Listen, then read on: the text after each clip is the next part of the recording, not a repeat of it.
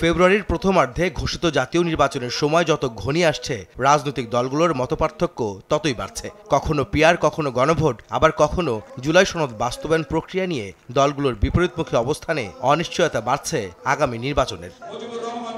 জাতীয় প্রেস ক্লাবে জাতীয় সমাজতান্ত্রিক দল জেএসডির 53তম প্রতিষ্ঠাবার্ষিকীর অনুষ্ঠানে উপস্থিত হন বিভিন্ন রাজনৈতিক দলের নেতারা। এ সময় জুলাই সনদ বাস্তবায়নে নির্বাচনের আগে গণভোট আয়োজনের যৌক্তিকতা নিয়ে প্রশ্ন তোলেন তারা।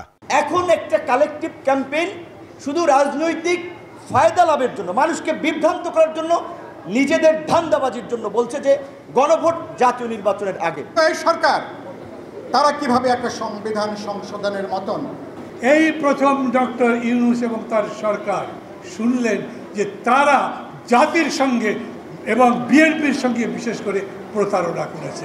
প্রধান অতিথির বক্তব্যে বিএনপি মহাসচিব বলেন, দেশের রাজনৈতিক সংকটের দায় অন্তর্বর্তী সরকার ও ঐকমত্য কমিশনের। জুলাই সনদের অঙ্গীকারনামায় যা ছিল তার বিপরীতে সুপারিশ দিয়ে জনগণের সঙ্গে প্রতারণা করা হয়েছে বলেও অভিযোগ করেন তিনি। আজকে যে সংকট তৈরি হয়েছে, এই সংকট সত্যিকার অর্থে তৈরি করেছে বর্তমান অন্তর্বর্তীকালীন সরকার। রাজনৈতিক দলগুলো যখন একমত হয়ে সে স্বাক্ষর করলাম, দেখা গেল যখন এটা ওনারা উপস্থাপন করলেন অন্তর্বর্তীকালীন সরকারের প্রধান উপদেষ্টার কাছে, সেটা অনেক পার্থক্য। বিশেষ করে আমরা যে নোটিশগুলো দিয়েছিলাম সেগুলো উল্লেখ করা হয়, সেই আস্থাটা বিশ্বাসযোগ্যতা সেখানে তারা এখানে বিশ্বাসঘাতকতা করেছেন, জনগণের সঙ্গে প্রতারণা করেছেন, যেটা আমরা তাদের কাছ থেকে আশা করি।